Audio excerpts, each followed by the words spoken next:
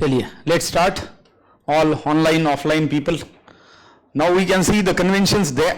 We are already done with the concepts. हमने concepts कितने देखे students? So many concepts we have seen as far as gaps are concerned. What is gaps? Gaps are generally accepted accounting principles. These are the fundamental, these are the principles, these are the assumptions, ground rules and realities. As I told you, these are just ABCD of accounting. Just the way ABCD is there in English and numbers are there in maths, same is accounting having its own fundamentals on which the subject is standing, without which subject cannot work, and that is called as gaps, generally accepted accounting principle, जिनके बिना subject चल ही नहीं सकता. So these are the gaps and we have already seen the concepts. Now we are going to see the conventions. How many concepts we have seen? Concept number 1, we have seen business entity, separate entity or legal entity concept. And what the concept says, just a quick revision. Concept says that in the eyes of law, owner and business are two separate legal entities. Whatever owner gives to the business, business is liable to pay it back to the owner. And whatever owner withdraws from business, owner is liable to pay it back to the business. Then only capital will be remaining one and the same. Why the concept comes into existence?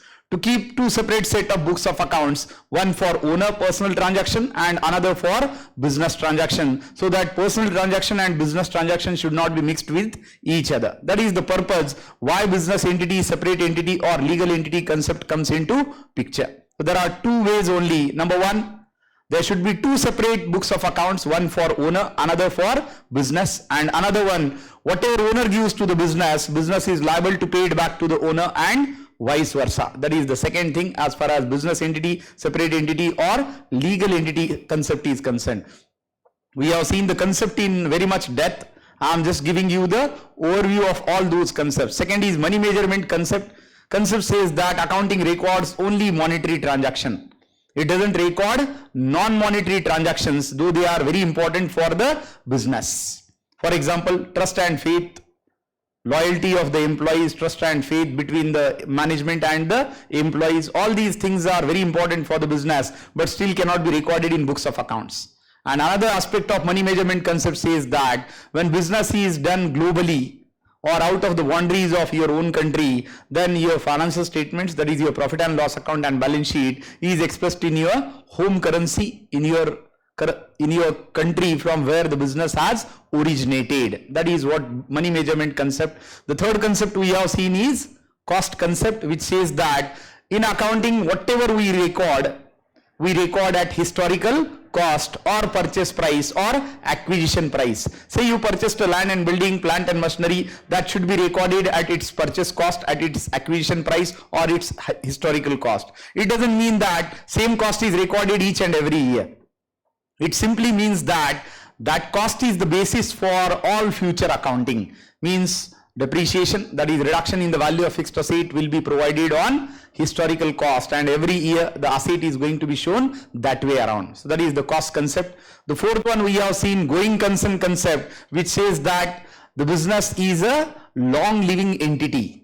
Business is supposed to be there for a fairly long period of time, say n number of years into the future, unless and until the business is liquidated. Liquidated means assets are sold and liabilities are paid.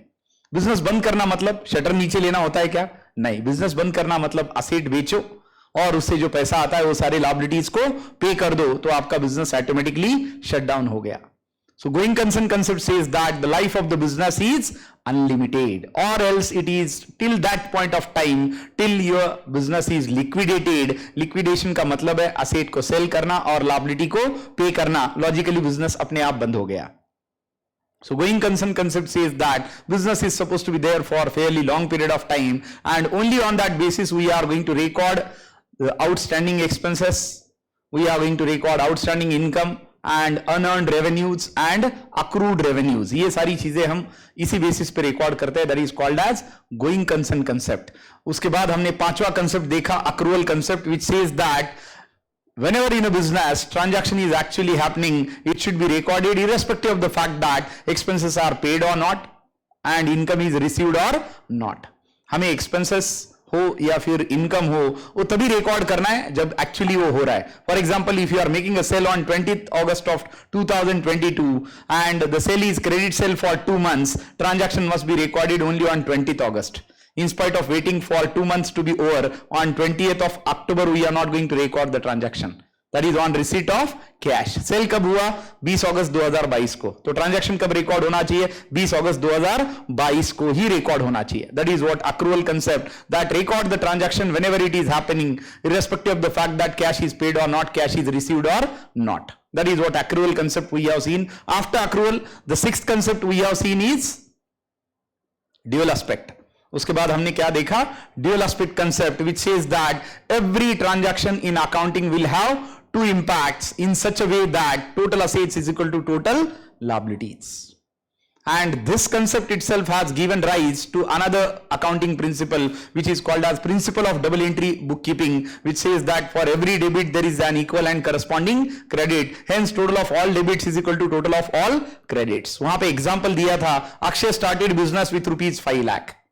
Now there are two aspects कि cash में आएगा 5 lakh assets में, और liability में capital में भी आएगा 5 lakh. I told you that capital is a liability because of business entity concept, separate entity concept और legal entity concept. Capital क्यों liability है? Because capital is given by owner to the business and owner has taken the risk. Now business has to make profit and the profit will be paid back by the business along with capital to the owner. And that is why capital is a liability, along with that profit is also a liability. इसलिए business entity concept बड़ा important है. business entity के साथ दूसरा combination में क्या आता है? dual aspect, which says that every business transaction will have how many impacts? 2 impacts, and that too in such a manner that total assets is equal to total liability. 5 lakh दिए, business चालू किया, तो cash balance 5 lakh का asset में और liability में capital 5 lakh का, total assets is equal to total liability. अब 5 लाख से कुछ नहीं हो रहा, आपने 20 लाख का लोन लिया बैंक से, एचडीएफसी से लोन लिया 15% का, तो बैंक लोन आएगा 20 लाख का, कैपिटल 5 लाख का, 20 और 5 25, और बैंक लोन का जो बैंक बैलेंस बढ़ गया तो इधर बैंक बैलेंस के असेट में कितना आएगा? 20 लाख. मतलब ये 20 और 5 25, क्योंकि कैश 5 लाख और bank loan bank balance 20 lakh का, 20 और 5 25, इधर लायबिलिटी में कैपिटल 5 लाख का और 15% एचडीएफसी बैंक लोन 20 लाख का, 20 और 5 25. It shows that total assets always equal to total liability. और ये क्यों होता है? This happens because of dual aspect concept. Dual aspect concept 2 accounting equation देता है. पहला accounting equation total assets is equal to total liability. दूसरा accounting equation देता है capital plus outsiders liability is equal to total assets. Capital plus outsiders liabilities is equal to total assets. Capital को हम क्या बुलाते हैं? नेटवर्थ. कैपिटल को और क्या बुलाते हैं? Net worth. Net worth plus outsiders liability is equal to total assets. ये भी अकाउंटिंग इक्वेशन उसी में से आता है. और एक कंसेप्ट इसमें से आता है which is called as principle of double entry system of book keeping, which says that for every debit there is an equal and corresponding credit. Hence total of all debits is equal to total of all credits. ये भी हमने dual aspect में देखा. Dual aspect के बाद हमने concept देखा realisation. What realization says? Realization says that revenue is recognized only when goods are actually sold. Revenue is recognized when goods are actually sold, no matter cash is coming right now or it is coming in the future. लेकिन revenue recognize कब होगा? जिस दिन आपने actual sell किया, मतलब जिस दिन माल आपके यहां से निकल गया, और आपके यहां से निकल गया मतलब सेल हो गया. अब सामने वाला उसका पैसा 2 महीने बाद दे या 3 महीने बाद दे, सेल रिकॉर्ड तो होगा 23 अगस्त 2022 का. उसमें उन्होंने एग्जांपल दिया था कि ऑर्डर हमें मिला 10 लाख का, शायद 20 अगस्त को, मान लेते कि 20 अगस्त को ऑर्डर मिला, 20 अगस्त को 10 लाख का ऑर्डर मिला, लेकिन हमने 23 अगस्त को गुड्स बेचे सिर्फ 2 लाख के. 20 अगस्त को ऑर्डर कितना मिला पूजा? 10 लाख का. 23 अगस्त को गुड्स कितने के बेचे? सिर्फ 2 लाख के, और वो भी क्रेडिट पे. कितने महीने के? 2 महीने के. तो अब ट्रांजैक्शन कब रिकॉर्ड होगा? 23 अगस्त को. 20 अगस्त का तो कोई लेना देना नहीं, because only order is received. So on 23rd August you will record the transaction only of rupees 2 lakh, and that too it is recorded in the form of realization and accrual concept. 10 lakh का order मिला, कोई matter नहीं करता. पैसा 2 महीने बाद मिलने वाला है, कोई मैटर नहीं करता. रियलाइजेशन कब हुआ है? 23 अगस्त को. कितने का माल बेचा? 2 लाख का. मतलब सेल कितने का रिकॉर्ड होगा? सिर्फ 2 लाख का. So that is what realization concept, which says that revenue is recognized or it is accrued on the date of happening the transaction, again irrespective of the fact that cash is received or not, or cash is paid or not. Getting that? So that is realization concept. And last but not the least concept we have seen, that is periodicity and matching concept. आखिरी concept हमने देखा था matching and periodicity. Concept क्या बोलता है? If you want to calculate profit and loss for a particular year, say 2021 and 2022, year starts on 1st April 2021, ends on 31st of March 2022. So similar 12 months expenses and losses will be compared with same 12 months income and gains, and then we can arrive at a logical profit or loss. इन्हीं 12 महीने का expenses और losses compare करना है उनके income और gain के साथ, और फिर हम निकाल सकते हैं कि हमें प्रॉफिट हुआ या लॉस हुआ है.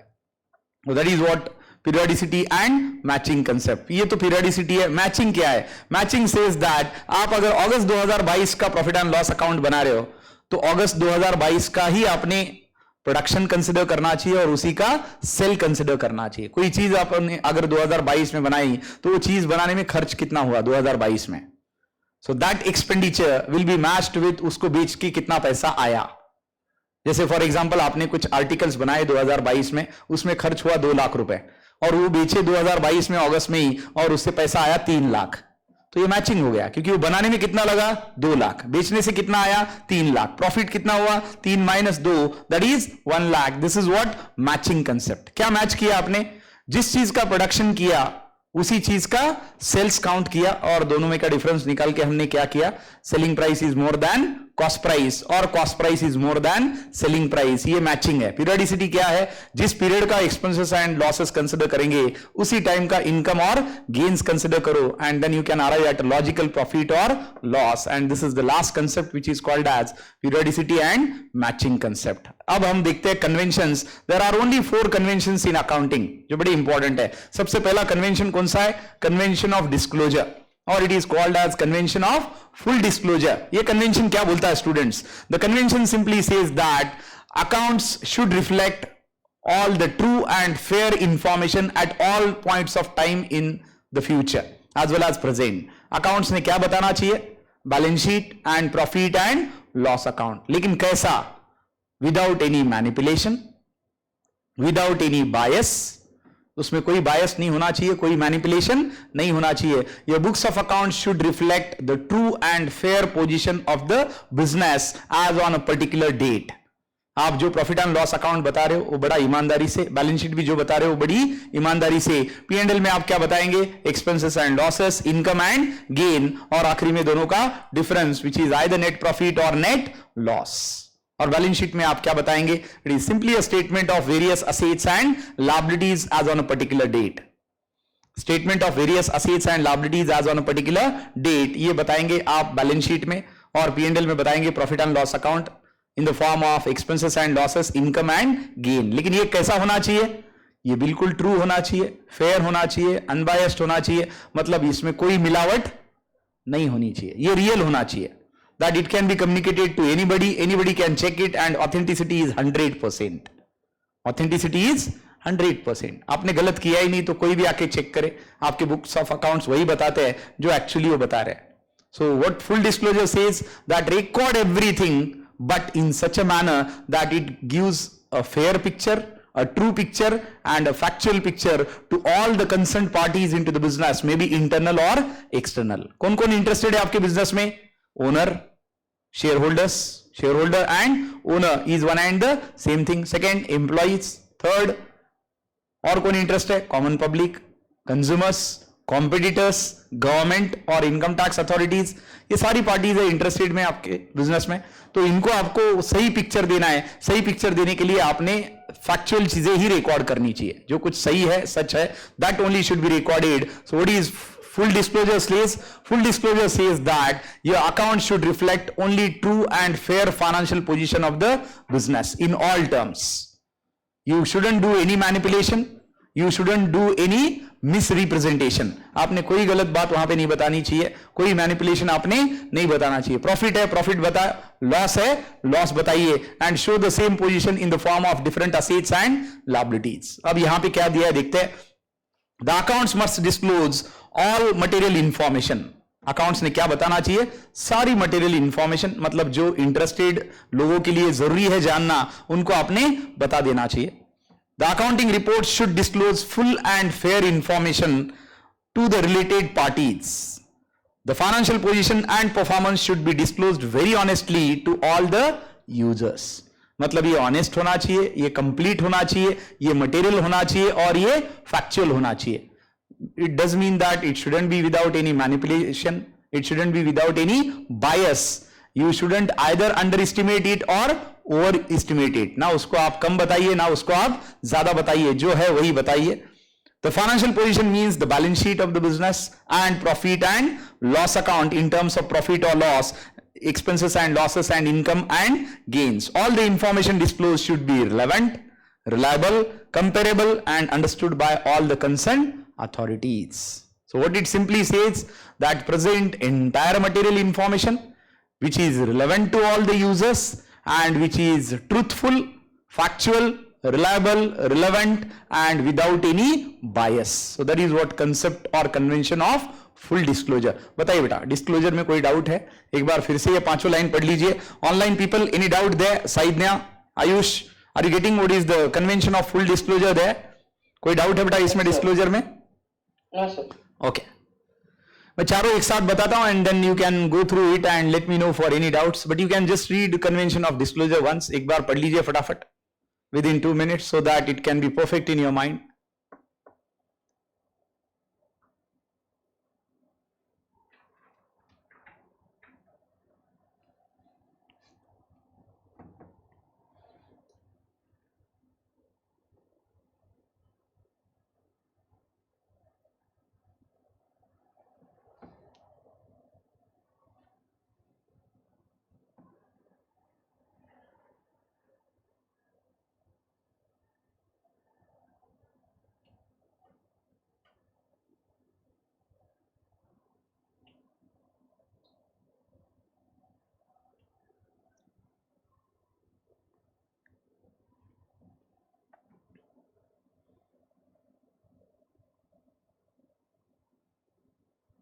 डन? कोई डाउट है बेटा इसमें? Disclose means to present. Disclose means to present. You need to present factual information, reliable information, material information to all the interested parties, internal or external. क्या बनाते हैं आप अकाउंट्स में? P&L and balance sheet. ये बड़ी ईमानदारी से बनाना चाहिए, रिलेवेंट बनाना चाहिए, रिलायबल बनाना चाहिए, फैक्चुअल बनाना चाहिए. इसमें कोई मैनिपुलेशन मत कीजिए, कोई बायस्ड मत कीजिए. That is what convention of full disclosure. इसको कन्वेंशन ऑफ फुल डिस्क्लोजर बोला जाता है. Next is convention of materiality. What is materiality? Materiality says that, now if I am going to ask you that would you like gulab jamun to eat? कितने लोग बोलेंगे हाँ? Raise your hands. 1 2 3 4 5 6. Ganesh को पसंद नहीं है. Now one thing is material to all of us, is immaterial to him. Why? Because it is subjective concept. Gulab jamun ये subjective concept है. किसी को बहुत पसंद रहेगा, वो बोलेगा और दो सर, अच्छा है. और वो बोलेगा एक भी मत देना सर, क्यों? मुझे पसंद नहीं है. This is a subjective thing. If I say business is there and having a turnover of 1000 crore, एक बिजनेस है जिसका टर्नओवर कितना बेटा? 1000 करोड़ का टर्नओवर है. ऐसे बिजनेस में आप रोज के 50,000 रुपए खर्च करते हैं. चाय पानी नाश्ता खाना, गेस्ट आने वाले जाने वाले, उनको बुके, ट्रांसपोर्टेशन, आना जाना, रोज के 50,000 रुपए खर्च होते हैं. लेकिन टर्नओवर कितना है? 1000 करोड़ का टर्नओवर है. और उसमें ये एक्सपेंडिचर का भी कहीं पे तो लेना देना है, क्योंकि आप लोगों का आओ भगत बड़ा अच्छा करते हैं. लेकिन उसमें खर्चा कितना होता है? दिन का 50,000, मतलब 30 दिन का कितना हुआ? एक दिन का 50,000 मतलब 30 दिन का कितना हुआ? 15 लाख. 2 दिन का 1 लाख रुपए, महीने के 30 दिन, मतलब कितना खर्चा हो रहा है? 15 लाख रुपए ये खर्चा. और साल का जोड़ा जाए तो 15 लाख मल्टीप्लाइड बाय 12 कहां गया? 1,80,00,000 चाय पानी का खर्चा एक महीने का. टर्नओवर कितना? 1000 करोड़. तो उसके अगेंस्ट 1,80,00,000 कोई बड़ी अमाउंट है क्या? या छोटी अमाउंट है? ये बड़ी छोटी अमाउंट है. अभी दूसरा बिजनेस है जिसका साल का टर्नओवर है सिर्फ 10 करोड़ रुपए। साल का टर्नओवर कितना है? 10 करोड़। पहले का कितना था? 1000 करोड़। तो उन्होंने माइंड किया क्या 1 करोड़ 80 लाख को? बोले चलता है, होने दो, कोई प्रॉब्लम नहीं, खर्चा भी है तो आता भी बहुत है ना। अभी दूसरे का टर्नओवर कितना है बेटा? सिर्फ 10 करोड़ है। अब इसके भी बिजनेस में रोज के 10,000 रुपए खर्च होते हैं। रोज के 10,000 मतलब 30 दिन के कितने हुए? 3 लाख रुपए हो गए सीधा सीधा। साल के कितने हुए? 36 लाख, है ना। 30 दिन के कितने हुए? 3 लाख। और साल के 12 3 जा 36। टर्नओवर कितना? 10 करोड़। अब इसको परोड़ता है क्या? इसको परोड़ेगा? ये आधा करोड़ तो ऐसे ही खर्च कर रहा है, इसको इतना अफोर्ड होगा? नहीं होगा। One thing is material to one business is immaterial to other business. Why? Because it depends on the turnover, it depends on the size of the business, it depends on the nature of the business. Business बढ़ रहा है लेकिन इतना तो afford नहीं हो सकता इसको। Why? Because nature of business is small. Nature of business is small. तो ये बिजनेस क्या बोलेगा कि 10,000 नहीं बाबा, कम करो, 5,000 करो, 4,000 करो, 3,000 करो, इसमें पैसा इतना खर्च नहीं कर सकते। Because we cannot afford it, we cannot afford it. अब इसके ट्रांजैक्शन छोटे छोटे करते बैठेंगे क्या वो, या इसको कम करने की जरूरत है? दूसरे बिजनेस को इसको कम करने की जरूरत है। पहले बिजनेस को इसको कम करने की जरूरत है या बढ़ाने की जरूरत है? पहला बिजनेस इसको बढ़ाएगा, बोलेगा ये 1,000 करोड़ है या 1,500 करोड़ होने वाला है, इसलिए और खर्च करो इधर, 50,000 नहीं 60,000 जाने दो दिन के, क्योंकि इससे हमें क्या हो रहा है? बिजनेस मिल रहा है। और दूसरा वाला बिजनेस क्या बोलता है? हमारा टर्नओवर इतना नहीं है, हम इतना ज्यादा अफोर्ड नहीं कर सकते। सो can I say one thing is material to one business, same is immaterial to another business. ये गुलाब जामुन का ही एग्जांपल हुआ। गुलाब जामुन कैसे है? एक ने बोला बहुत अच्छे, दूसरे ने बोला देना भी मत, मुझे पसंद नहीं है। अब दोनों का ओपिनियन सेम है क्या? So subjective things are changing from person to person. मैंने अगर आपको बोला कि राहुल गांधी कैसे है, तो किसी ने बोला बहुत अच्छे है, किसी ने बोला बिल्कुल अच्छे नहीं है। Similar with prime minister Narendra Modi. अब ये भी अपनी अपनी चॉइस की बात है, because it is a subjective thing. So materiality is what, one thing is material to one person is immaterial to other person on the ground of nature of business, scale of business. Scale मतलब turnover, profitability of the business, उस पर depend करता है कि आप कितना खर्च करें और कितना ना करें। I just want to say that materiality is something subjective. Materiality is something subjective, और जहां पे चीजें सब्जेक्टिव आ जाती है, मैंने आपको अगर बोला कि आपने कितने गुलाब जामुन खाए, तो सब बोलेंगे सर आपने 2 ही दिए थे। तो इसमें किसी का आंसर चेंज आने वाला है क्या? भले गणेश को पसंद नहीं, गणेश ने नहीं खाए, लेकिन आंसर कितना दे रहा है गणेश भी कि सर 2 दिए। जब मैंने पूछा कि गुलाब जामुन कैसे लगे, तो बाकी सब ने बोला बड़े अच्छे लगे, गणेश ने बोला मैंने खाए नहीं क्योंकि मुझे पसंद नहीं है। Now this is the subjective thing. Objective में कोई चेंज हुआ क्या? कितने दिए? 2 दिए। ये आंसर में चेंज है क्या? This is objective. कैसा लगा? इसमें चेंज है। क्यों? क्योंकि बहुत लोगों को पसंद है और एक बंदे को पसंद ही नहीं है, तो उसने खाया ही नहीं। बड़ा सिंपल है। So the same is materiality given here. You can see according to this convention, that is convention of materiality, financial statements should disclose all material items which might influence the decision of the users of the financial statements.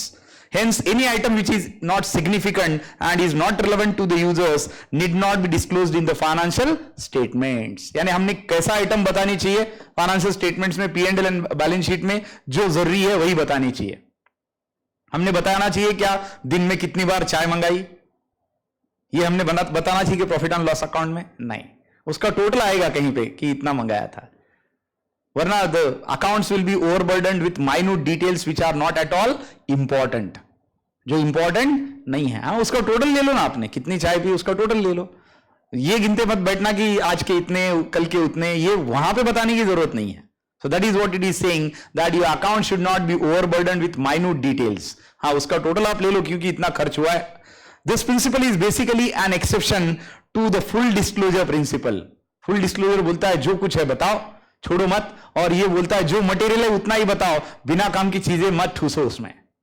That is what this concept says. How it is going further? The term materiality is subjective in nature. आ गया जो मैंने बोला हो, materiality क्या है? Subjective है. Subjective मतलब it can differ from business to business, person to person, and that is what given here.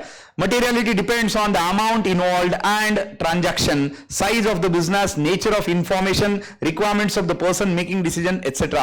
An item material to one person may be immaterial to another person. मैंने वही बोला आपको कि एक चीज जो मटेरियल एक बिजनेस के लिए है, दूसरे बिजनेस के लिए क्या है? इमटेरियल है. बोलते कोई लेना देना नहीं, कुछ फर्क नहीं पड़ेगा. So that is what materiality. So materiality is somehow crossing full disclosure. ये एक दूसरे को क्या कर रहे हैं? अपोज कर रहे हैं. फुल डिस्क्लोजर बोलता है जो कुछ है वो बता दो, कुछ भी छोड़ना मत. और मटेरियलिटी क्या बोलता है? जो मटेरियल है वही बताओ.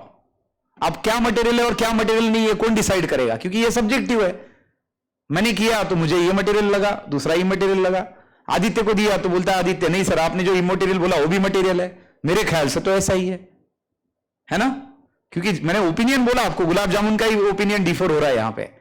सबको पसंद है लेकिन गणेश को पसंद नहीं है. अब उस पे ये ऑब्जेक्शन तो लेना गलत है कि तुम्हें क्यों पसंद नहीं है, because it is a subjective thing that one may like, one may not like. One may be having materiality about the same, another is having immateriality about the same. Any doubt into materiality? Saidanya, Ayush, इसमें कोई doubt है बेटा? Materiality में clear है concept? चलिए आगे आते हैं and let's see the next concept. Materiality के बाद में क्या है? Next concept is consistency. That is convention of consistency. What is consistency? Now we all know closing stock. There is always closing stock. Pooja and Rasita, closing stock का मतलब क्या है? The stock which is not sold for that particular year, for that particular month or for that particular day. ऐसा है क्या जितना आपने बनाया उसी दिन बेचा जाता है? कुछ ना कुछ बचेगा ना कल के लिए, तो आप उसको आज के डे एंड पे क्या बोलेंगे? Closing stock. आप क्लोजिंग स्टॉक कौन से बेसिस पे वैल्यू करना चाहिए?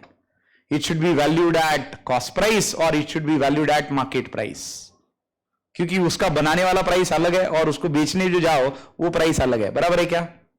Closing stock is valued at cost और मार्केट प्राइस. और एक एग्जांपल आपको बताता हूं कि there are two methods of stock valuation. Stock valuation मतलब आप आइसक्रीम बना रहे, you are having a ice cream manufacturing. अब आइसक्रीम बनते जा रहा है, अब उसमें कुछ तो मेथड होना चाहिए. फर्स्ट इन फर्स्ट आउट, मतलब पहले जो बना वो पहले आप सेल करेंगे और बाद में बने वाला फिर उसके पीछे आएगा, फिर वो सेल करने के लिए आएगा. बराबर है? या फिर दूसरी मेथड ऑफ इन्वेंट्री होती है लास्ट इन फर्स्ट आउट. दूसरी मेथड क्या होती है? Last in first out. जो पहले बनेगा वो पहले बेचा जाएगा या जो आखिरी में बचेगा वो पहले बेचा जाएगा. आप कौन सा फॉलो करना चाहेंगे? आपका अगर नॉर्मल प्रोडक्ट है जिसको एक्सपायरी का कोई फर्क नहीं पड़ता तो आप बोलेंगे कौन सा भी फॉलो करो सर, क्या फर्क पड़ता है, बिकॉज दोनों में एक्सपायरी बड़ी दूर की है. लेकिन अगर पेरिशेबल प्रोडक्ट है जैसे कि मिल्क है, आइसक्रीम है, तो इसमें क्या होना चाहिए? फर्स्ट इन फर्स्ट आउट होना चाहिए. क्योंकि जो बाद में बना उसकी एक्सपायरी थोड़ी लंबी चली जाती है, जो पहले बना उसकी एक्सपायरी फटक से आ जाती है. तो आपने कौन सी method of valuation of inventory लेनी चाहिए? Inventory is stock. आप फीफो लो या लीफो लो. FIFO is for first in first out, LIFO is for last in first out. तो मैं ये मेथड यहां पे लिख रहा हूं ताकि आपको दिक्कत ना हो बाद में इसको समझने में, just for your information. So first method what I told is FIFO. FIFO का मतलब क्या है बेटा? First in first out. और दूसरा क्या है? LIFO is last in first out. कौन सा रेफर करना है? कोई भी करो, लेकिन एक चालू किया तो उसको बदलना चाहिए क्या? उसको बदलना नहीं चाहिए. That is what called as concept of consistency. आप डिसाइड करो आपको कौन सा रेफर करना है, लेकिन इन बिटवीन उसको चेंज नहीं करना है. Consistency says that whatever method of accounting you want to choose for inventory is one of the example you can choose, but once it is selected or chosen you cannot change it. So if you follow FIFO method for valuation of inventory, you cannot jump for LIFO in between. If you start with FIFO then continue with FIFO. If you start with LIFO then continue with only LIFO. What are these? These are nothing but methods of valuation of inventory called as first in first out and called as last in first out. So that is what the method of inventory is given. Let's see consistency क्या दिया है. Any policy adopted for accounting should be continuous or consistent throughout the business. कोई भी करो, आप FIFO लो या LIFO लो, इसमें कोई ये नहीं है रिस्ट्रिक्शन, लेकिन जो लिया वही कंटिन्यू करना चाहिए, उसको चेंज नहीं कर सकते. And it need not be changed generally unless and until circumstances demand. ये तब तक चेंज नहीं करना चाहिए जब तक कोई अथॉरिटी नहीं बोलती कि आपने फीफो नहीं क्या करना चाहिए था, लीफो ही करना चाहिए था। लीफो नहीं करना चाहिए था, आपने क्या करना चाहिए था, फीफो करना चाहिए था। तभी आप चेंज कर सकते हैं, वरना चेंज करने की जरूरत नहीं है। And that is what consistency. However, it doesn't stop any improvement of new techniques, but that should be disclosed with a note. इसका मतलब ये नहीं कि आप चेंज करेंगे ही नहीं, कर सकते हैं, उसके लिए आपको एक नोट वहां पे देना पड़ेगा। जैसे फॉर एग्जांपल दिया उन्हें, a company adopts fixed installment method for charging depreciation on fixed asset from the beginning till the end of estimated life of the asset. Fixed installment method का मतलब क्या है? डेप्रिसिएशन मैंने आपको बोला था लास्ट लेक्चर में, डेप्रिसिएशन का मतलब क्या बेटा? This is reduction in the value of fixed assets, land and building, plant and machinery, furniture and fixture. अब डिप्रीशिएशन कौन सी वैल्यू पे चार्ज करना चाहिए? हिस्टोरिकल कॉस्ट पे करना चाहिए। कार मैंने खरीदी 10 लाख की, कार मैंने खरीदी 10 लाख की, तो मैंने डिप्रीशिएशन कौन से अमाउंट पे चार्ज करना चाहिए? 10 लाख पे ही करना चाहिए। चलो मान लेते हैं कार की वैल्यू कितनी है? 15 साल। How much is the estimated life? 15 years. मतलब 15 साल के बाद कार की वैल्यू कितनी बतानी है मुझे? 0 ऑटोमेटिकली। तो हर साल 10 लाख डिवाइडेड बाय 15, हर साल का डिप्रीशिएशन कितना पड़ेगा? 10 lakh divided by 15, how much it is coming? ये डेसिमल में आएगा। कन्वीनियंस के लिए अपन क्या करते हैं? 10 लाख डिवाइडेड बाय 10, अपनी एस्टिमेटेड लाइफ 10 रखते हैं। 10 लाख डिवाइडेड बाय 10 कितना आएगा depreciation per year? 1 lakh per year, 1 lakh per annum. मतलब पहले साल क्या होगा? 10 lakh minus 1 lakh. How much is remaining next year? 9 lakh. अगले साल 9 लाख माइनस 1 लाख। डिप्रीशिएशन हम 10 लाख पे ही चार्ज कर रहे हैं अगले साल, लेकिन वैल्यू 10 लाख है क्या? कितनी है? 9 लाख। लेकिन 9 लाख में से डिप्रीशिएशन कितना माइनस कर रहे? 1 लाख। 1 लाख कौन सी अमाउंट पे कैलकुलेट किया? हिस्टोरिकल कॉस्ट पे कैलकुलेट किया। 9 lakh minus 1 lakh 8 lakh, 8 lakh minus 1 lakh 7 lakh, 7 lakh minus 1 lakh 6 lakh. ये 1 लाख कहां से आएगा? 10 lakh into 10 by 100, 10 lakh into 10 by 100. Why? Depreciation is charged on fixed installment method.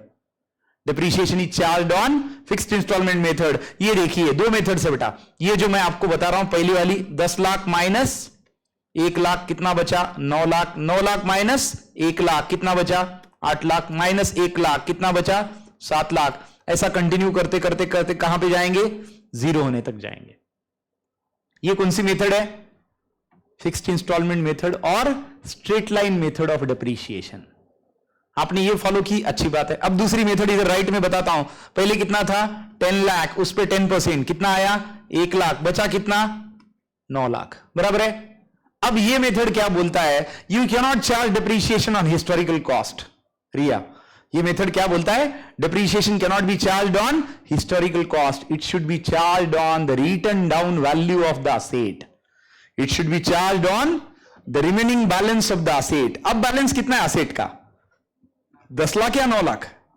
अब 9 लाख पे 10% लगाओ। क्यों? क्योंकि अब तो 10 लाख बचा ही नहीं भाई आपके पास। 10 लाख कब था? लास्ट ईयर था। अब कितना है? 9 लाख। तो अभी 10% किसका लेना चाहिए? 10 का या 9 का?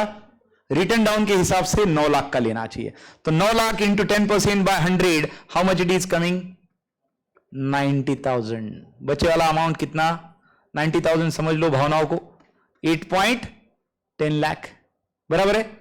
अब तीसरे साल 81,000।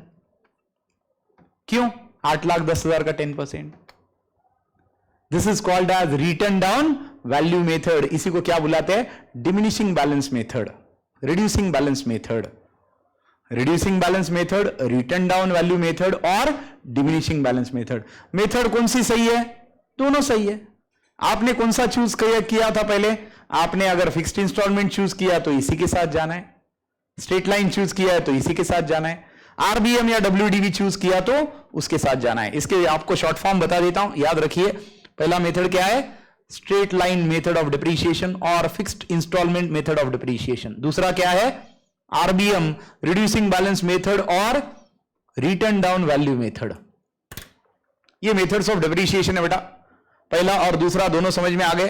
पहला मतलब which is always charged on original cost of the asset, no matter in what year of asset you are, but it will be always charged on historical cost. दूसरा मेथड बोलता है नहीं, आज है क्या वो वैल्यू? आज तो नहीं है, तो फिर आज उस पे डिप्रीशिएशन चार्ज नहीं कर सकते। आज किस पे कर सकते हैं? आज ये जो साल का ओपनिंग बैलेंस है साल का, उसी पे चार्ज करो। यहां पे भी जीरो होना है और वहां पे भी जीरो ही होना है, वो कोई बात नहीं है। लेकिन डिप्रीशिएशन किस में कम लगेगा, इसमें या उसमें? उसमें कम लगेगा, आरबीएम में। क्यों? हर साल देखो कम हो रहा है अमाउंट वहां पे, और यहां पे सेम अमाउंट है। जब तक जीरो नहीं होता तब तक सेम अमाउंट ऑफ डिप्रीशिएशन है, 1 लाख एवरी ईयर। तो ये दोनों में का फर्क है। Depreciation remains same under straight line method of depreciation, and depreciation keeps on reducing and changing in RBM और डब्ल्यूडीवी। इसी का नाम है इसलिए रिड्यूसिंग बैलेंस मेथड और रिटर्न डाउन वैल्यू मेथड और डिमिनिशिंग बैलेंस मेथड। समझ में आया? दोनों में कौन सा रेफर करना है? कोई भी करो, लेकिन जो चालू किया उसको ही खत्म करना है। ऐसा दोनों में से कौन सा भी नहीं कर सकते। इनकम टैक्स ने कैटेगरी की है कि किसके लिए एसएलएम और किसके लिए आरबीएम, उसके हिसाब से ही जाना पड़ता है। आप मन से नहीं कर सकते। मन से गलत किया तो इनकम टैक्स वाले बोलते हैं ये गलत हो रहा है, आपने ये करना ही नहीं चाहिए क्योंकि इसमें बेनिफिट आपको ज्यादा मिल रहा है। अपने करना क्या चाहिए? इनकम टैक्स के रूल के हिसाब से उधर वाला करना चाहिए। तो आपने कौन सा लेना चाहिए? आरबीएम और डब्ल्यूडी। आपने क्या लिया? एसएलएम। तो आपको चेंज करना पड़ेगा। तो are you breaking the principle of consistency? Yes, but by authorities rule, you can put a note that the method of depreciation is changed because income tax has objected the method of depreciation from RBM to SLM or SLM to RBM. अभी आपके पास reason है change करने का, वरना आप change कर सकते हैं नॉर्मल कॉन्टेक्स्ट में? चेंज नहीं कर सकते। So consistency says that whatever accounting policies you are following, those should be consistent and must be the same throughout the year.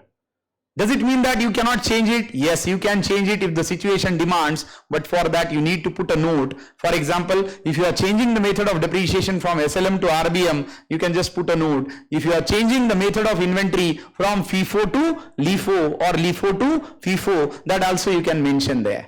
Any doubt into consistency, my dear? समझ में आ रहा है consistency? ये थोड़े से टेक्निकल है, I understand, but ये ऐसे ही है। मैं पूरी कोशिश कर रहा हूं कि इसको जितना सिंप्लीफाई मैं कर सकता हूं उतना कर लूं। ये अभी आपने सीखा, बट इसमें कुछ डिफिकल्टी है क्या बेटा? सीधा समझ में आ रहा है कि ये हिस्टोरिकल कॉस्ट ले रहा है, उसमें समझ में आ रहा है कि वो रिड्यूसिंग बैलेंस ले रहा है। अब इसके पहले हमने देखा था क्या? लेकिन अभी देखा तो समझ में आ गया ना, ऐसा ही है। बट थोड़ा टेक्निकल है क्या? यस। क्यों? डिप्रीशिएशन वर्ड सुनना, मेथड सुनना, बट कंसेप्ट समझना है तो कोई ऑप्शन नहीं है। So any doubt into consistency? Consistency में कोई डाउट है तो हम चेंज कर सकते हैं method? Yes. So please repeat RBM method.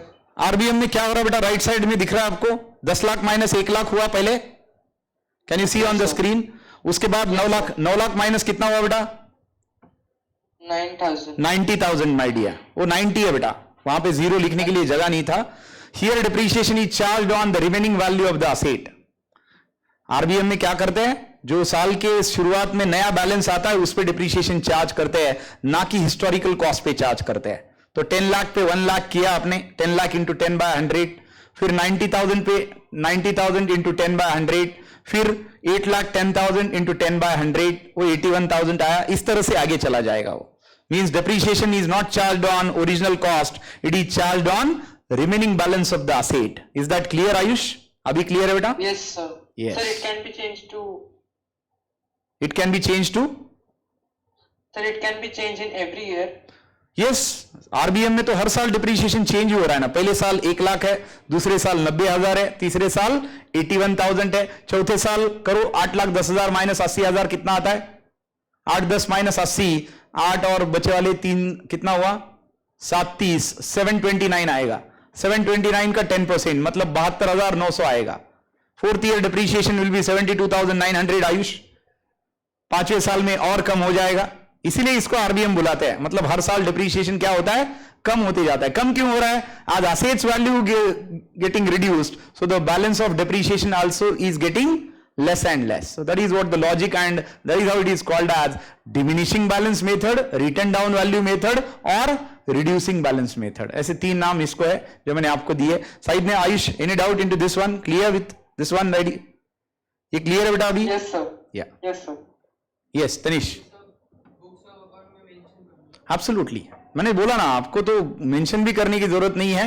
Income tax ने ऑलरेडी कैटेगरी की है कि कौन से एसेट के लिए आपने एसएलएम लेना चाहिए और कौन से के लिए आरबीएम लेना चाहिए। इसके बावजूद अगर तुमने गलती कर दी तो फिर तुम्हें नोट लिखना पड़ेगा कि हमने गलती की, इसलिए इनकम टैक्स ने बोला कि ये नहीं, ये लेना चाहिए, इसलिए अभी हम मेथड ऑफ डिप्रिसिएशन चेंज कर रहे हैं। लेकिन ये गलती उनसे हुई या तुमसे हुई, तुमने की, तो नोट लिखो और मेथड ऑफ डिप्रिसिएशन चेंज कर दो। Very simple. गेटिंग कंसिस्टेंसी, कोई डाउट है? Consistency, full disclosure and materiality, तीनों। And last but not least, that is called as conservatism. देखिए कंजर्वेटिज्म क्या बोलता है? कंजर्वेटिज्म बोलता है कि record losses but don't record profits. Conservatism says that anticipate losses but don't anticipate profit. ये अच्छी बात है क्या? ये बोलता है कि बुरा इमेजिन करो लेकिन अच्छा इमेजिन मत करना। सीधी बात है। लॉस इमेजिन करना मतलब बुरा है, प्रॉफिट इमेजिन करना नहीं कर सकते बोलता है। लॉस इमेजिन करो, ये अच्छी बात है, बट प्रॉफिट इमेजिन नहीं करना चाहिए जब तक एक्चुअली नहीं होता। तो ये बायस्ड हो गया प्रिंसिपल। क्यों? लॉस तो इमेजिन करो बोलता है लेकिन प्रॉफिट इमेजिन करने से रोक देता है। And that is how this concept is criticised. ये कंसेप्ट क्या होता है? क्रिटिसाइज होता है। जैसे मैंने आपको क्लोजिंग स्टॉक बोला, आप आइसक्रीम रोज ही 25 रुपए में बेचते हैं, आपके एक स्कूप का रेट कितना है? 25 रुपए, लेकिन आपने बनाया 15 रुपए में है। आपने बनाया कितने में है? 15 रुपए में। और क्लोजिंग स्टॉक का रूल क्या है? Closing stock is valued at cost और market price whichever is lower. Whichever is lower, यानी बेचेंगे तो 25 रुपए का भाव है और बनाने का भाव कितना है? 15। दोनों में से लोअर क्या है? 15 रुपए लोअर है। तो 15 मल्टीप्लाइड बाय, मान लो 1000 स्कूप आज बाकी है। आज की डेट में कितना बाकी है? 15 मल्टीप्लाइड बाय 1000, तो कितना हुआ है वैल्यूएशन? 15,000। और अगर सेलिंग प्राइस पे करते तो 25,000, लेकिन रिकॉर्ड कितने पे करना पड़ेगा? 15,000 पे करना पड़ेगा। Why? Because conservatism says that anticipate losses but don't anticipate profits. तो ये बायस प्रिंसिपल हो गया। क्या बोलता है conservatism? While recording the business transaction we have to anticipate no profit but provide for all possible losses. हम profit को imagine नहीं कर सकते, लेकिन लॉस अगर होने की कोई भी चांस है तो उसको हमें कंसिडर करना ही चाहिए। That is what conservatism says. It encourages the certain secret reserves by making excess provision to prevent losses. ऐसे ही बोल देने का, मुझे लगता है कि ऐसा लॉस होने वाला है, इसलिए मैं क्या कर रहा हूं? इतना लॉस के लिए प्रोवाइड कर रहा हूं। उसका कोई बेसिस है क्या? नहीं है। प्रॉफिट को इमेजिन कर सकते हैं क्या? नहीं। इसकी वजह से क्या हो जाएगा? सीक्रेट रिजर्व बना देते आप। क्यों? लॉस तो हुआ ही नहीं, बस तुमने इमेजिन किया है। एक्चुअल हुआ क्या? नहीं। इससे क्या होगा? सीक्रेट रिजर्व क्रिएट हो जाएंगे। आगे क्या बोलता है concept? The income statement show lower income and the balance sheet overstates the liability and understate the assets because of this concept. क्यों? क्योंकि तुमने सपने में ही इमेजिन कर लिया कि तुम्हें लॉस हो रहा है, तो इसकी वजह से क्या होगा? तुम्हारा प्रॉफिट ऑटोमेटिकली कम हो गया क्योंकि तुमने लॉस ज्यादा इमेजिन किया। तुम्हारे एसेट का वैल्यूएशन कम हो गया, लायबिलिटी का वैल्यूएशन ज्यादा हो गया। क्यों? क्योंकि तुमने सपना ही ऐसा देखा which is saying that anticipate loss but don't anticipate profit. So it is understating the assets, overstating the liability, and it is showing less profit, which is not actually there. And that is how it is says. This policy of recording is asking the accountant to play safe while recording the accounts. इससे बुरा कुछ हो रहा है क्या? कल जाके actually ऐसा हुआ कि ये लॉस था ही नहीं। कल जाके एक्चुअली ऐसा हुआ कि एसेट आपके ज्यादा थे, लायबिलिटी आपकी कम थी, लेकिन बताते टाइम क्या हो गया? लायबिलिटी आपने ज्यादा बता दी, असेट आपने कम बता दिए और प्रॉफिट भी आपने कम बता दिया। और इसको आपने नाम क्या दिया? Playing safe. Policy of playing safe. But is it allowed? ऐसा करना जरूरी है? Is it not violating the principle of full disclosure? ये फुल डिस्क्लोजर को काट रहा है क्या?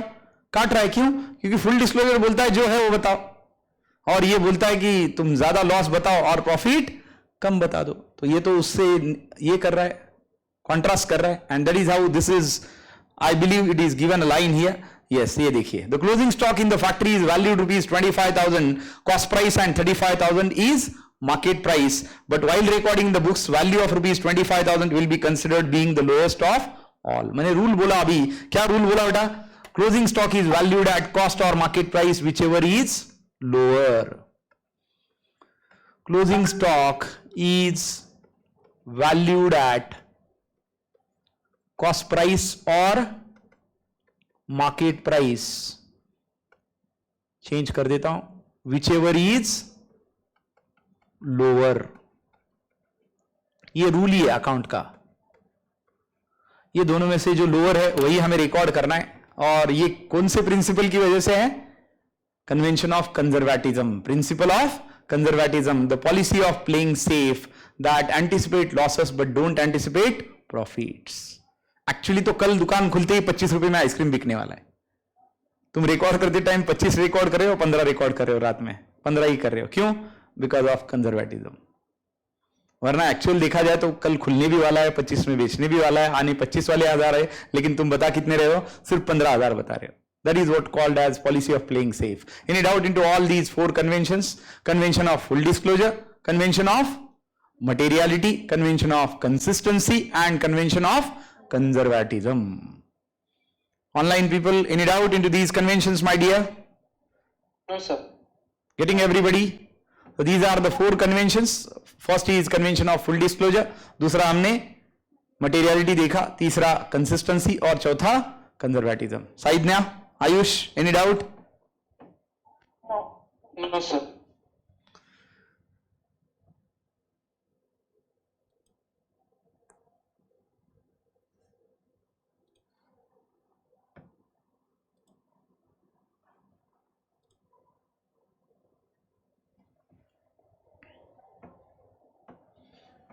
You can read it once. एक बार पढ़ लीजिए बेटा.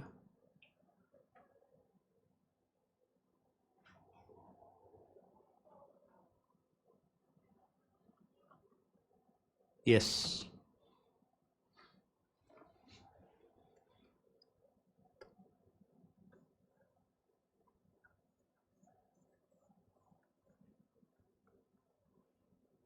Lecture is put on YouTube as well today, ताकि कभी भी ये आप जाके वहाँ पे भी देख सकते हैं। और ये ऐसे लेक्चर है कि कभी भी देखना चाहिए। अच्छा फीचर है ना, देखो बुक पे ही लिखने का और उसको मिटा देने का, लिखने का अलग से टेंशन ही नहीं।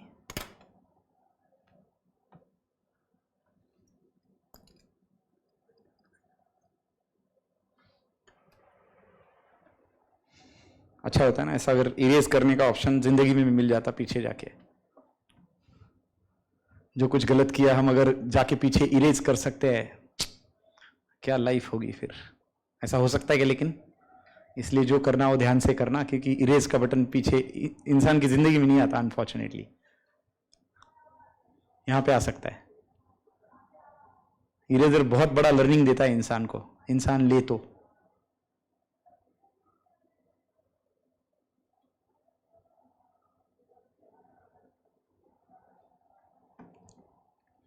अभी पर्यूषण में आता है ना मैसेज, है ना, मिच्छामि दुक्कडम। ये कम हो सकता है अगर इंसान करते टाइम ही 2 बार सोचे, 10 बार सोचे। जो उसको रोकता तो कोई है नहीं, वो खुद ही कर लेता है। समझ में आता है कि ये गलत है, फिर भी कर लेता है ना। मिनिमाइज हो सकता है, damage can be minimised. You can read consistency and then conservatism. देखिए बेटा, consistency, conservatism दोनों पढ़िए, ऑनलाइन ऑफलाइन बोथ।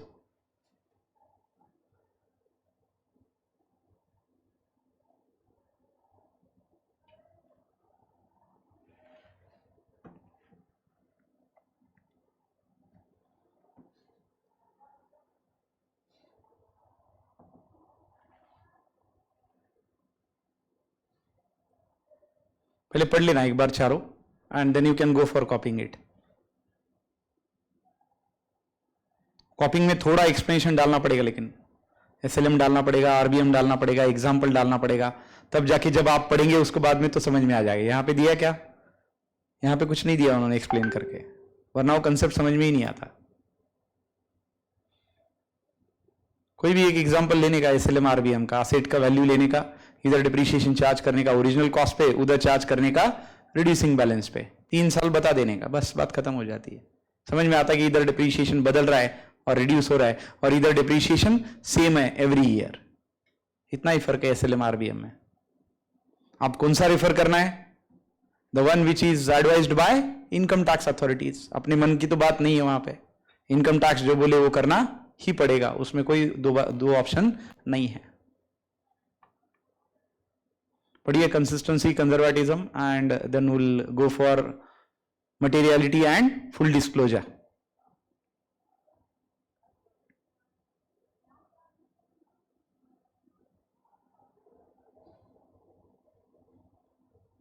बस अकाउंट्स के 2 लेक्चर बनने बाकी है अभी, तो पूरा बेसिक्स कवर हो जाएगा. तो जो लोग पहले नहीं आए थे उनको ये 4 लेक्चर अपन डायरेक्टली दे देंगे, या तो यूट्यूब पे दे देंगे या बैकअप दे देंगे. They can see all the basics they, जिसमें पूरा गैप्स रहेगा और पूरे अकाउंटिंग कंसेप्ट्स रहेंगे. अभी तक हमने यही किया ना, एक तो अकाउंटिंग कंसेप्ट देखे और दूसरा गैप्स, और तो कुछ देखा नहीं अभी तक. अभी और एडमिशन हो रहे ना, continuous process is on. We are hoping that will reach at least 50 तक तो पहुंचने की उम्मीद है. उम्मीदें बड़ी, आप बोल सकते हैं ब्राइट है, और उसके सबसे बड़े कारण आप है. आप जिस तरह से आगे माउथ पब्लिसिटी करेंगे उस तरह से लोग जरूर आएंगे, है ना. क्लास में भी जब आप जाएंगे, बैठेंगे, आंसर देंगे तो सामने वाला दिखता है ये कहाँ से आ गया भाई, चांद से आया, मंगल से आया, मुझे तो कुछ नहीं आ रहा, ये कहाँ से सीख के आया है. There again it puts a impression. And is it false और इज इट रियल? ये मैनिपुलेशन है या रियल है? ये तो रियल है. आपने सीखा, आपने पढ़ा तो आपको पता है. और वो बैठा आराम से आके 11th में डायरेक्ट अपना बैठ के, चलो कॉलेज वाले भला करेंगे. कॉलेज वाले तो ऐसा कुछ करने से नहीं रहे आज के ज़माने में. वो तो बोलते चलने दो, एक एग्जाम्पल ले लेते, बोले हो गया टॉपिक, अभी चलो दूसरा टॉपिक डायरेक्ट. और उसमें 20 एग्जाम्पल है, उन्होंने एक ही लिया. अरे वो बोलता है ऐसे थोड़ी होता है, ऐसे ही होता है उधर. That is the problem in colleges ना. Shall I change? Shall I go ahead? ये लाइन लग दिया मैंने, तो आप भी जब लिखोगे तो लिखना बेटा, ये cost price, market price, whichever is lower. ये रूल ही है क्लोजिंग स्टॉक का. और ये रूल किसकी वजह से बना? कंजर्वेटिज्म की वजह से ही बना है वो रूल. ये देखिए, डिस्क्लोजर एंड मटेरियलिटी.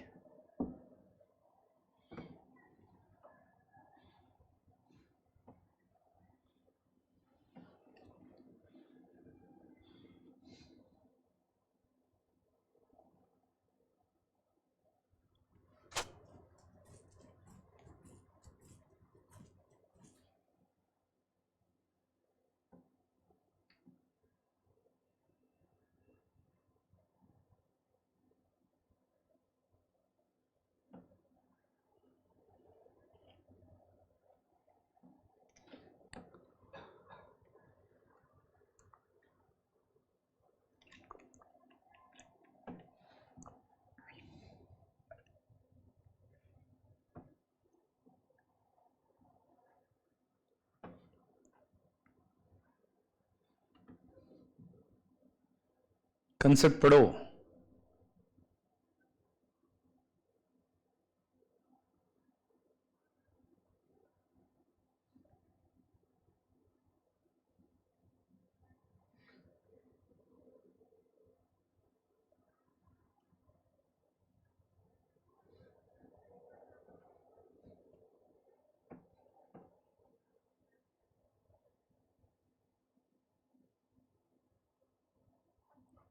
साइदन्या, आयुष, कोई डाउट है बेटा? No sir.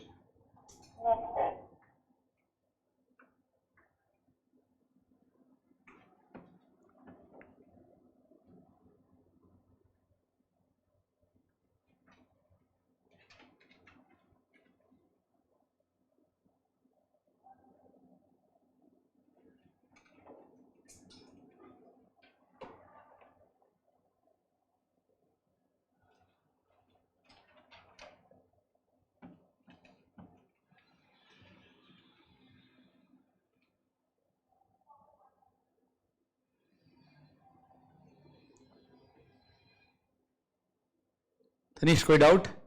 क्या बताए, आज भी लेट आए? मस्त खाना वगैरह खा के आए होंगे तुम. रोज, वो तो रोज है. नीचे नहीं लगाने देता हो, अंदर को बाहर ही लगाना पड़ेगा. Guys your college haven't is started ना, so can we change time for these people, because उनका वो पर्यूषण पर्व है अभी 8 दिन, तो हमें शायद टाइमिंग में थोड़ा शफलिंग करना पड़ेगा. ऑनलाइन पीपल, कोई टाइमिंग कंस्टेंट है बेटा, या कोई भी रख सकते हैं अपन? सर कोई भी रख सकता है. साइदन्या, ओके, तो इनके लिए चेंज करते हैं। 8 दिन का उनका पर्यूषण पर्व है तो अटेंड ही नहीं कर पाएंगे, या ऑनलाइन अटेंड कर पाएंगे, ऐसा कुछ है? नहीं, evening time is not possible. तो कब ले सकते हैं? सुबह, दोपहर में? दोपहर में?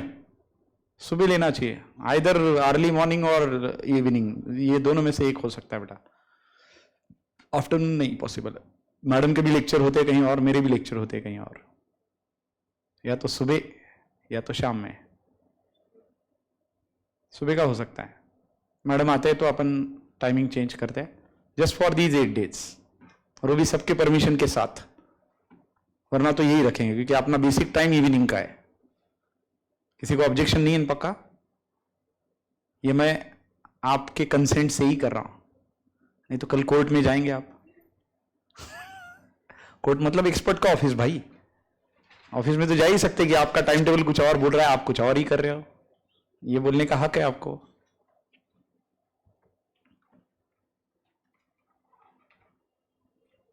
मतलब be ready for early morning classes now. Early morning भी यही रखते हैं क्या? 6:15 से 7:15, 7:15 से 8:15, कैसे रहेगा? हाँ बोल रहे हो, बाद में देखना, बाद में कुछ पलट मत जाना। ये थोड़ा डाउटफुल है, बाप रे बोल रहा है इतना जल्दी, तो फंस गए, शाम का ही बेटर है। तो बाजी उल्टी पड़ गई ऐसा लग रहा उसको।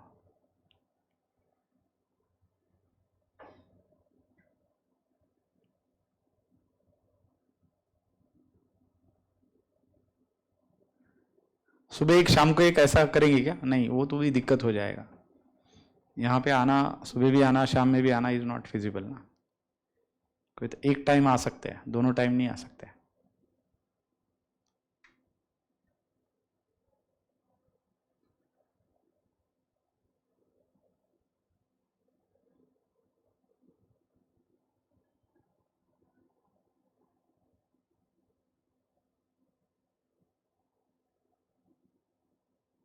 शाम का क्या कंफर्टेबल है बेटा? ऐसा कुछ हो सकता है अर्ली इवनिंग, 5 से 6, 6 से 7, या 4:30 से 5:30, 3:45 से 1 घंटा प्रीपोन कर लेते हैं, 4:45 से 5:45 रखते हैं और 5:45 से 7:45 रखते हैं, ऐसा कुछ हो सकता है? तुम्हें बोलना है हाँ या ना, हो सकता है तो हाँ बोलो, नहीं हो सकता है तो ना बोलो, मुझे नहीं पता है तुम्हें जमने वाला है या नहीं। 1 घंटा प्रीपोन कर रहे हैं अपन, 4:45 जो चालू करते हैं अपन, 6:15 चालू करते हैं अपन, कब चालू कर रहे हैं? 4:45 को सीधा, 4:45 will start.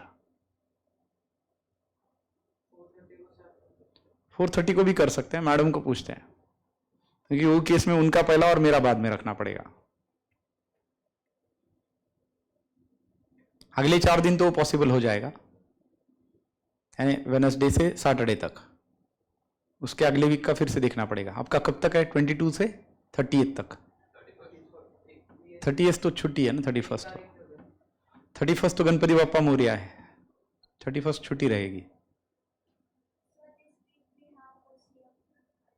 Yes yes, economics OCM दोनों रहेगा ये वीक के एंडिंग में। ओके, ये पर्यूषण की वजह से थ्योरी इंपॉर्टेंट नहीं है। ओके ठीक है, ऐसा मत सोचो, लेकिन एक बार करके देखो लेक्चर्स, वो भी करके देखना और फिर डिसाइड करना। 1-2 हफ्ते कर लो फ्री में, तुम्हें लगता है उसके बाद भी नहीं कर सकते तो फिर छोड़ देना, कोई प्रॉब्लम नहीं। लेकिन सब लोगों ने सब करना है, 2 हफ्ते बाद आप डिसीजन ले सकते कि उसको कंटिन्यू करना है या नहीं करना है, ये आपका चॉइस है।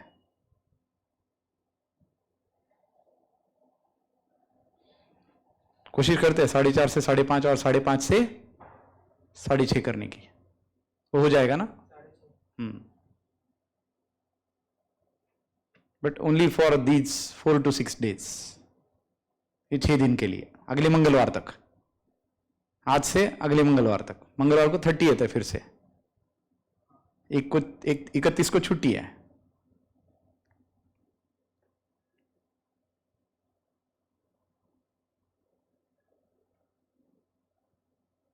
शाम में क्या पूजा वगैरह होती है क्या? बोलो बोलो क्लियरली, जो भी है बेटा। ओके, वही तो, और उसका टाइमिंग हो रहता होगा। बेझिझक बेटा, क्योंकि उसमें कोई ऑब्जेक्शन की तो बात है ही नहीं।